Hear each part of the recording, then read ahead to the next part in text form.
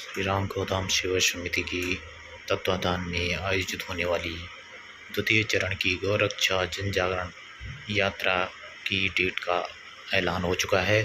आपको बताते चलें, जगत गुरु स्वामी रामभद्राचार्य जी महाराज की अध्यक्षता में और उनके आशीर्वाद से इस यात्रा का शुभारंभ 23 अक्टूबर को गोस्वामी मध्य प्रदेश से किया जाएगा, जहां पर जगत गुरु उस वक्त राम कथा का श्रवण लोगों को करवा रहे होंगे। आपको बताते चलें, यह एक बड़ा ऐतिहासिक और सुनहरा अवसर होने वाला है, जिसमें आप सभी लोग भागी बन सकते हैं। ये घोषणा है जो हमारे परम पूज्य पद्म भूषण जगत गुरु स्वामी श्री रामभद्राचार्य जी के माध्यम से कार्यक्रम आयोजित होने वाला है। श्री राम कथा स्थल कोटरी वाले हनुमान मंदिर परिसर, ब्रह्मपुरी गसवानी, बीजापुर तहसील, जिला श्योपुर से आगामी 23 अक्टूबर को हमारे जगत गुरु जी के माध्यम से, इनके प्रेरणा से, इनके द्वारा पूजन के पश्चात एक यात्रा निकलेगी जो श्री राम गोधाम सेवा समिति के संस्थापक अध्यक्ष जगदीश प्रसाद भट्टी द्वारा संकल्पित है। गौरक्षा जागरण रथ यात्रा, गौरक्षा जन जागरण रथ यात्रा का शुभारंभ 23 अक्टूबर को गसवानी से होगा, गसवानी जिला श्योपुर। और इस यात्रा का शुरुआत सम्मानीय हमारे जगत गुरु जी के माध्यम से, उनके आशीर्वाद से होगा। ये घोषणा सभी को बताया, इसमें सभी लोग शामिल होंगे। इसके यात्रा के पथ श्री राम गोधाम सेवा समिति की जो गौ रक्षा जन जागरण रथ यात्रा है, वो इस बार पवित्र पावनी माँ गंगा की असीम कृपा से और गौ माता की असीम कृपा से वो यात्रा इस बार उत्तर प्रदेश में भव्य और दिव्य यात्रा समस्त जनमानस के कल्याण के लिए, गौ माता की रक्षा के लिए पूरे उत्तर प्रदेश से होती हुई उत्तराखंड जाएगी। और उसमें हमारे जो प्रदेश संयोजक हैं, बड़े संतों के बड़े स्नेही गौ रक्षक हमारे राम बख्श लोधी जी, जिनका सेवा भाव समर्पण की मूर्ति है, आज उनको हमारे अनंत श्री विभूषित संत शिरोमणि महामंडलेश्वर स्वामी दयाराम दास जी महाराज की अध्यक्षता में उनको प्रदेश संयोजक बनाया गया उत्तर प्रदेश का। हम श्री राम गोधाम सेवा समिति की ओर से और समस्त क्षेत्र की जनता की ओर से उनको बहुत बहुत शुभकामनाएं देते हैं और इस यात्रा को भव्य और दिव्य आपके द्वारा बनाया जाएगा। और हमारे जो इस संस्था के संस्थापक अध्यक्ष जगदीश प्रसाद भट्टी हैं, मैं उनको भी शुभकामना देता हूं कि आपके द्वारा आज उत्तराखंड ही नहीं पूरा प्रदेश आप गौ रक्षा के लिए आगे आ रहे हैं। मैं ज्यादा ना कुछ कहूँ कि अपनी वाणी को विराम दूंगा और मैं चाहूंगा लोधी जी भी आप इसमें हमारे प्रदेश संयोजक बने, आप भी दो शब्द कह के समस्त जनता को आप बताएं। महाराज श्री राम गोधाम सेवा समिति तपोवन ऋषिकेश उत्तराखंड द्वारा 23 अक्टूबर से गोस्वानी से गौ रक्षा जन जागरण रथ यात्रा का आयोजन किया जा रहा है। जगत गुरु रामानंदाचार्य स्वामी रामभद्राचार्य महाराज जी के आशीर्वाद से इस यात्रा का शुभारंभ किया जाएगा। क्या कुछ कहना है महाराज इस यात्रा को लेकर? नमो राघवाय, बहुत प्रसन्नता का विषय है और गो रक्षा जन जागरण यात्रा शब्द बहुत अच्छा है, सुनकर मन में बड़ी अपार प्रसन्नता हो रही। गो रक्षा यदि हम नहीं करेंगे तो हम धर्म की, संस्कृति की, समाज की, राष्ट्र की रक्षा करना संभव नहीं है। गौ के बिना हमारा जीवन अधूरा है। गौ माता के समस्त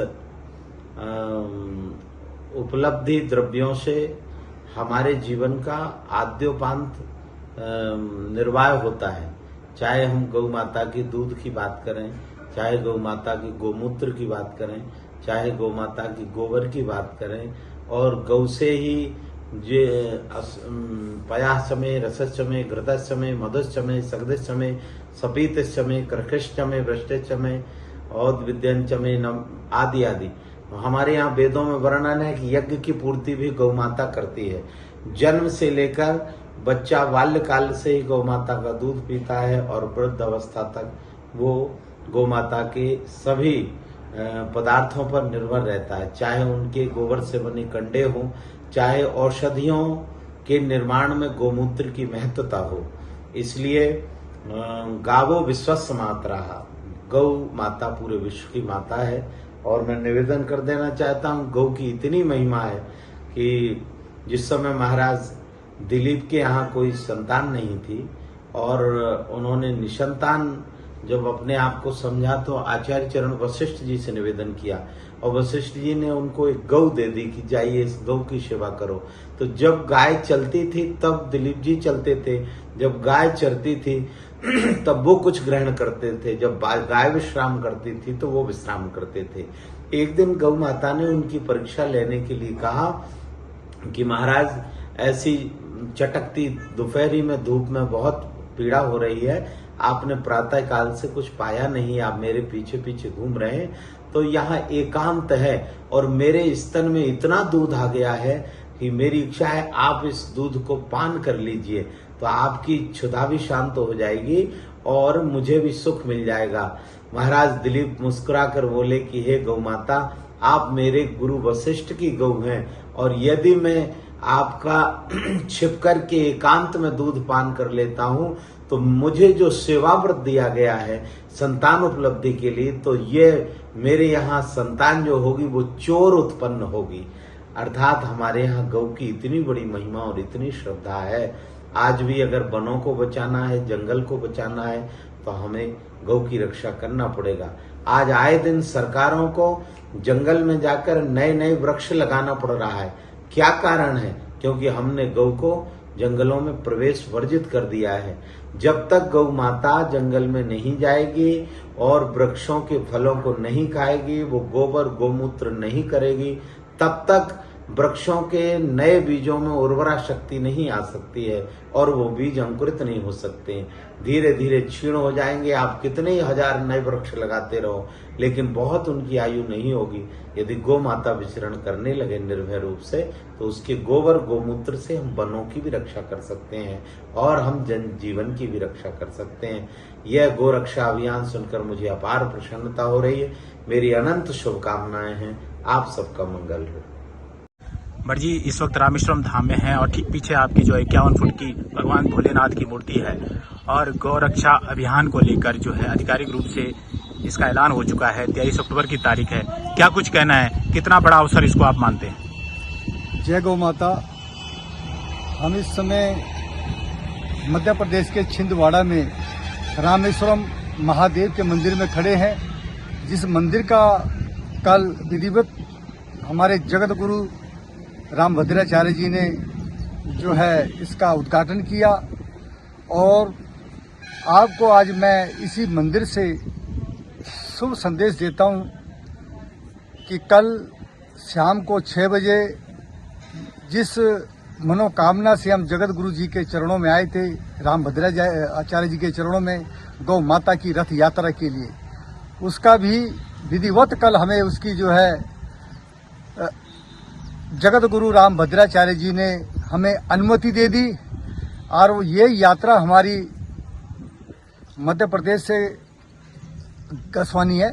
मध्य प्रदेश से गसवानी से निकल के यात्रा अन्य प्रदेशों से होते हुए, उत्तर प्रदेश से होते हुए, और इसका जो समापन होगा वो हरिद्वार में होगा। ये हमारे लिए बहुत बड़ी बात है कि जगत गुरु रामभद्राचार्य जी की ही सानिध्य में हमारी श्री राम गोधाम सेवा समिति की जो गौ रथ यात्रा निकलेगी, गौ माताओं को बचाने के लिए निकलेगी, जो गौ माता को माँ का दर्जा देना है उसके लिए निकलेगी।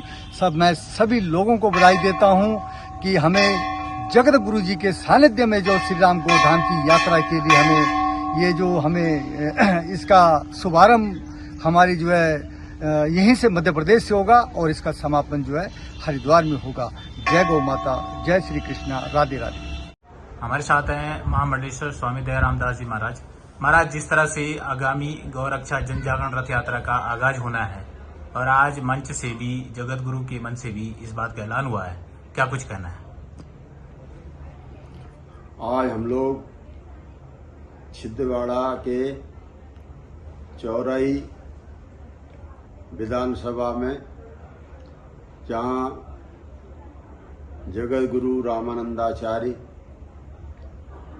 पूज्य स्वामी रामभद्राचार्य महाराज की श्री राम कथा चल रही है। कथा मंच से ये घोषणा की गई, आगामी 23 अक्टूबर से श्री राम गोधाम सेवा समिति तपोवन ऋषिकेश उत्तराखंड द्वारा गौरक्षा जन जागरण रथ यात्रा जगत गुरु रामानंदाचार्य पूज्य स्वामी रामभद्राचार्य महाराज के आशीर्वाद से वहां से गशवानी से, ये गशवानी जो है मध्य प्रदेश में है, जिला श्योपुर, जहां गोस्वामी तुलसीदास जी ने विक्रम संवत 1602 में श्री हनुमान जी महाराज की प्रतिष्ठा की थी। और एक वहां पत्थरों की कोठरी बनाई थी, उसका हनुमान जी का नाम पड़ा कोटरी वाले हनुमान जी, बड़े सिद्ध हनुमान जी है। और ये विरक्त रामानंद संप्रदाय की गद्दी चली आ रही है तब से, विक्रम संवत 1602 से, और 30 वर्षों से उसी हनुमान जी के मंदिर में अखंड रामचरितमानस का पाठ, अखंड ज्योत और सीताराम सीताराम जप के साथ में चल रहा है। 30 वर्षों से प्रत्येक वर्ष एक वार्षिक कार्यक्रम होता है जिसमें कथाकार कथा करते हैं, अनेक विद्वान वहां आते हैं। इस वर्ष 30वां जो वार्षिक उत्सव मनाया जा रहा है उसमें तुलसी पीठ के जगत गुरु श्री रामानंदाचार्य रामभद्राचार्य की कथा 15 अक्टूबर से प्रारंभ होगी, जो 23 अक्टूबर तक चलेगी। हमारे उत्तराखंड के श्री राम गोधाम सेवा समिति के अध्यक्ष संस्थापक श्री जगदीप भट्ट जी गौ प्रेमी है, गौ सेवक हैं, जो असहाय गाय हैं, जो एक्सीडेंट में कभी घायल हो जाती हैं, उनकी खूब सेवा कर रहे हैं। विगत वर्ष भी उन्होंने उत्तराखंड में गौरक्षा जन जागरण रथ यात्रा निकाली थी, जो गढ़वाल मंडल में रथ यात्रा चली। अब उनका ये भाव है ये रथ यात्रा को बढ़ाया जाए, तो इसी गौरक्षा के लिए, गौ पालन के लिए लोग अपने अपने घरों में गौ पालन करें। ये जन जागरण के लिए 23 अक्टूबर से गशवानी जिला श्योपुर से रथ यात्रा प्रारंभ होगी। ये अनेक जनपदों से होते हुए, अनेक तीर्थों से होते हुए गोपाष्टमी, आगामी जो गोपाष्टमी आएगी 20 नवंबर को आ रही है। 20 नवंबर का अनेक जनपदों में, अनेक प्रांतों में भ्रमण करते हुए 20 नवंबर को भारत की राजधानी दिल्ली पहुंचेगी। ये कार्यक्रम है।